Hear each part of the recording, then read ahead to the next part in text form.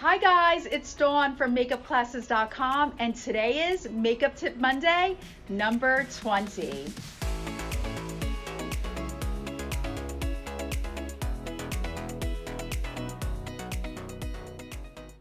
Always give yourself extra travel time when working on location.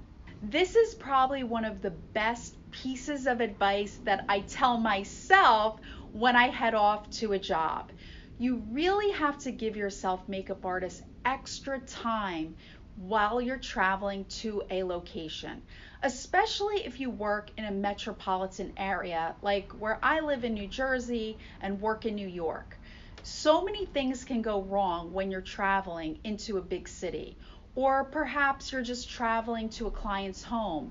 You really want to do a few little things on a checkoff list to make sure that you have enough time to get to your job, not just on time, but early, so you have time to set up all of your makeup and hair supplies. Thank goodness for GPS.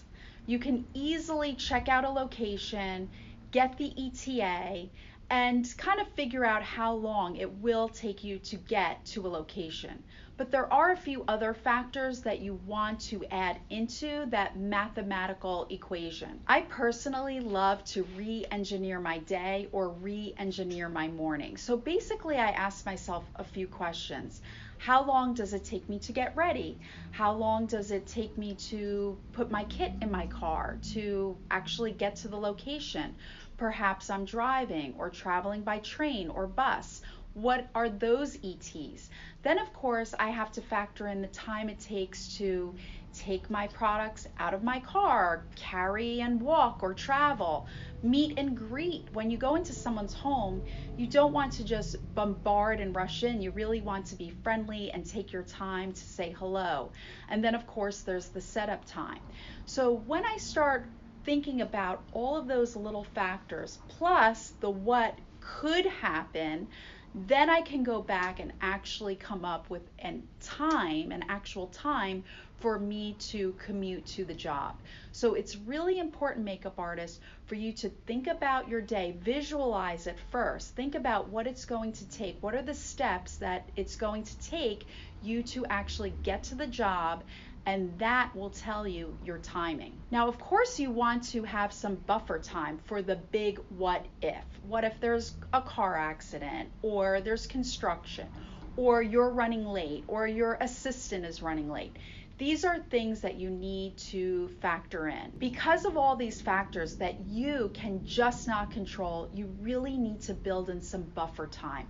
Sit down, plan out your day, plan out your route, and ask yourself, realistically, how much time will it take to get to the job? And remember, makeup artists, you never, ever want to be the reason why the project or the client or the talent are late. Extra travel time also gives you peace of mind. I don't know about you guys, but I hate rushing around. I like to take a breath. I like to ease into my day, set up, enjoy the process, really enjoy my craft. So if I'm in my car driving and I'm nervous and I'm rushing, I just feel like that's not setting my day up properly. I don't want to go to a job feeling rushed or just not prepared. And by getting my timing right and being on time for a location, making sure I give myself enough time really gives me that peace and relaxation. And then everyone else around you feels that as well. Your clients want to work with someone that's friendly and not on edge, not someone that is really hyper and nervous because they had a bad commute. The bottom line is, makeup artists, you just want to give yourself extra time for you. It's a gift for you so you can do your best job possible. Well guys, I hope today's Makeup Tip Monday helps. Drop us a line down below. Let us know what you thought of today's topic. Do you have anything to add to this discussion about timing, getting to work early, having peace of mind?